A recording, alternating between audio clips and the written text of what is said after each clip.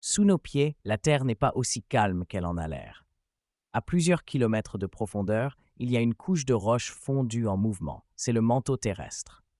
Et parfois, ce magma remonte jusqu'à la surface. Quand il trouve une faille, une fissure ou une faiblesse, il jaillit. C'est ça, un volcan. Mais comment ça fonctionne exactement? Un volcan, c'est comme une cheminée naturelle. En profondeur, la pression du magma augmente. Des bulles de gaz se forment, comme dans une bouteille de soda secouée. Quand la pression devient trop forte, le magma est expulsé à la surface. C'est l'éruption. Il peut sortir lentement en coulée de lave ou violemment en nuées ardentes, cendres et gaz brûlants. Il existe plusieurs types de volcans.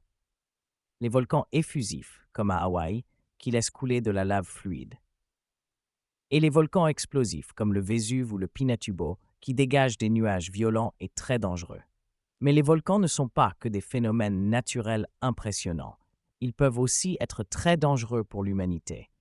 Lorsqu'un volcan entre en éruption, il peut détruire des villages entiers sous la lave ou les cendres, enfouir des villes, comme Pompéi, provoquer des changements climatiques temporaires en bloquant le soleil avec les cendres, et même créer des tsunamis s'ils s'effondrent dans l'océan. Certaines éruptions passées ont même refroidi toute la planète pendant plusieurs années. Et aujourd'hui encore, des volcans comme le Yellowstone aux États-Unis inquiètent les scientifiques. S'il entrait en éruption, il pourrait affecter l'ensemble de l'hémisphère nord. Mais les volcans ne sont pas seulement des menaces.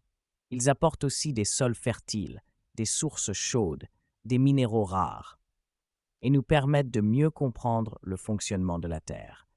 Alors la prochaine fois que tu vois un volcan à la télé, rappelle-toi que ce n'est pas juste une montagne qui crache du feu. C'est la Terre qui respire, qui se transforme et qui nous rappelle qu'elle est bien vivante.